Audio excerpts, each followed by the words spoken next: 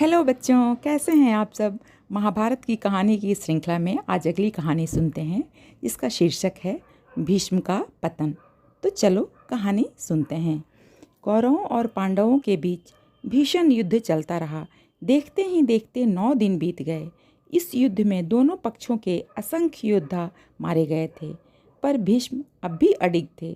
दोनों पक्ष के योद्धा जान की बाजी लगाकर लड़ते। कभी यह लगता कि पांडव विजयी होंगे, तो कभी यह लगता कि कौरव। राजा विराट के दोनों पुत्र उत्तर और श्वेत लड़ाई में वीर गति प्राप्त कर चुके थे। उनकी मृत्यु से पांडवों को भारी आघात लगा था। श्री कृष्ण ने अर्जुन से पूछा, पार्थ, तुम भीष्म का वध क्यों नहीं करते? जब तक भीष्म नहीं मारे जाते, इस युद्ध का अंत नहीं होगा। यदि तुम उनका वध नहीं करते, तो यह जिम्मेदारी मुझे उठानी पड़ेगी। यह कहते हुए श्री कृष्ण रथ से उतरकर भीष्म के रथ की ओर दौड़े। अर्जुन ने दौड़कर श्री कृष्ण को रोकते हुए कहा, आप अपनी प्रतिज्ञा मत तोड़िए। मैं कल भीष्म पितामह का वध अवश्य करूंगा। 10वें दिन सवेरे युद्ध आरंभ हुआ। तब श्री कृष्ण के निर्देश पर धृष्टद्युम्न ने अर्जुन का रथ चलाने का काम शिखंडी को सौंपा। शिखंडी वास्तव में राजा द्रुपद की पुत्री थी। कठिन तपस्या के पश्चात उसने पुरुष का शरीर प्राप्त किया था। पूर्व जन्म में वह काशीराज की पुत्री अम्बा थी। भीष्म ने उसका हरण किया था और बाद में उसका त्याग कर दिया था। इसलिए उसने भीष्म को सबक सिखाने की प्रतिज्ञा कर अपने शरीर का त्याग किया था। भीष्म ने शिखंडी को सामने आते हुए देखा तो उन्होंने तुरंत अपने शस्त्र नीचे रख दिए। भीष्म ने कहा, शिखंडी का जन्म स्त्री के रूप में हुआ था, अतः मैं उसके विरुद्ध शस्त्र नहीं उठा सकता। भीष्म समझ गए अब उनका अंत समीप आ गया है, इसलिए वे मन ही मन इसके लिए तैयार हो गए। अर्जुन ने भी आज भीष्म का वध करने का निश्चय किया था। अर्जुन ने अपने गांडीव धनुष से भीष्म पर असंख्य वार छोड़े।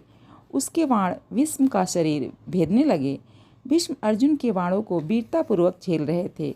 उन्होंने मन ही मन कहा, ये मेरे पौत्र अर्जुन के बाण हैं, केवल अर्जुन ही मुझे मार सकता है। अर्जुन के बाणों ने भीष्म के शरीर को गर्दन से लेकर पांव तक छेद डाला। अंत में वे घायल होकर रथ से नीचे गिर पड़े, पर शरीर में घुसे हुए बाणों के कारण उनका शरीर जमीन के ऊपर हवा में ही रहा। ये बाण उनके शरीर के लिए शैया की भांति आधार का रूप बन गए थे। केवल उनका सिर नीचे लटक रहा था। वे चिल्लाए, अरे कोई मेरे सिर को सहारा दो। दोनों सेनाओं के योद्धा लड़ाई बंद कर भीष्म पितामह के आसपास आकर खड़े हो गए।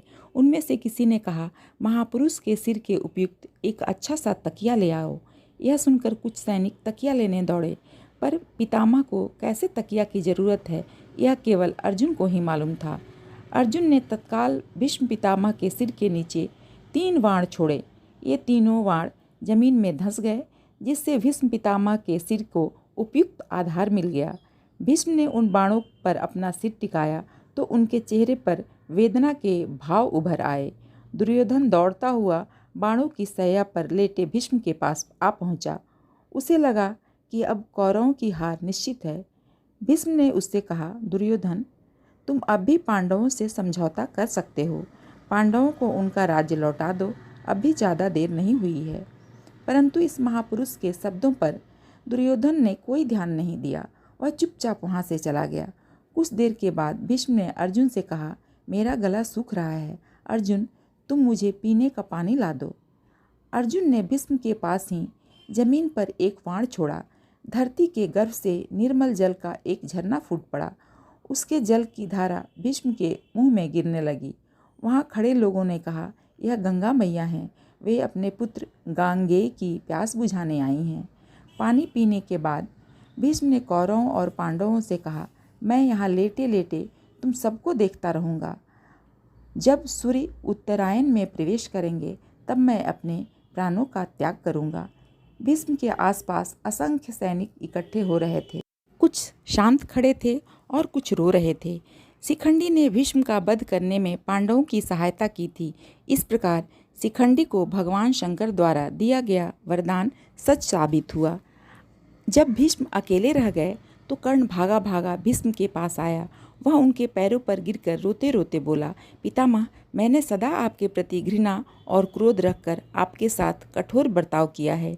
मेरे अभद्र व्यवहार के लिए आप मुझे क्षमा करें। भीष्म ने कर्ण को जवाब दिया, तुम कुंती के पुत्र हो, यह मैं जानता था, इसलिए मैं तुम्हें भी उतना ही प्यार करता था जितना पांडवों को करता था। पर मैंने प्रतिज्ञा की थी कि इस रहस्य को मैं कभी किसी को नहीं बताऊंगा। हे कर्ण, अब तुम दुर्योधन और पांडवों में समझौता करवा दो। तुम पांडवों के बड़े भाई हो, तुम अपने सगे भाइयों से युद्ध मत करो। कर्ण ने कहा, अब मैं ऐसा नहीं कर सकता। मैंने दुर्योधन की मदद करने और अर्जुन को मारने की प्रतिज्ञा की है, तो फिर तुम अपने कर्तव्य का पालन करो। यह कहकर भीष्म ने कर्ण को आशीर्वाद दिया। दुर्योधन ने कर्ण से कौरव सेना के सेनापति का पदभार संभालने के लिए कहा, लेकिन कर्ण ने दुर्योधन से कहा कि इसके लिए द्रोण सबसे योग्य व्यक्ति हैं। अतः दुर्योधन ने कौरव सेना के सेनापति पद का उत्तरदायित्व द्रोण को सौंप दिया। दुर्योधन ने द्रोण से कहा, आप युधिष्ठिर को जीवित पकड़ लाइए, इसके बाद हम युद्ध रोक देंगे। दुर्योधन मन ही मन सोच रहा था कि युधिष्ठिर को जीवित पकड़ लेने से युद्ध अपने आप बंद हो जाएगा। इसके बाद फिर मैं उन्हें जुए में हरा दूंगा। पांडवों को युद्ध में हराने की अपेक्षा उन्हें जुए में हराना ज़्यादा आसान है। दुर्योधन युधिष्ठिर को जीवित रखना चाहता है, यह जानकर द्रोण को खुशी हुई। द्रोणाचार्य को भी पांडवों से अगाध प्रेम था।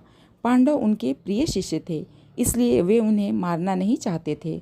युद्ध के 11वें और 12वें दिन द्रोणाचार्य ने युधिष्ठिर को पकड़ने का बहुत प्रयास किया, लेकिन उन्हें अपने प्रयास में सफलता नहीं मिली, क्योंकि अर्जुन अपने शक्तिशाली गांडीव सहित सदा युधिष्ठिर के साथ ही रहते थे। अतः द्रोण ने दुर्योधन से कहा, मैं युधिष्ठिर को तभी पकड़ पाऊंगा जब अर्जुन को युधिष्ठिर से दूर रखा जाए।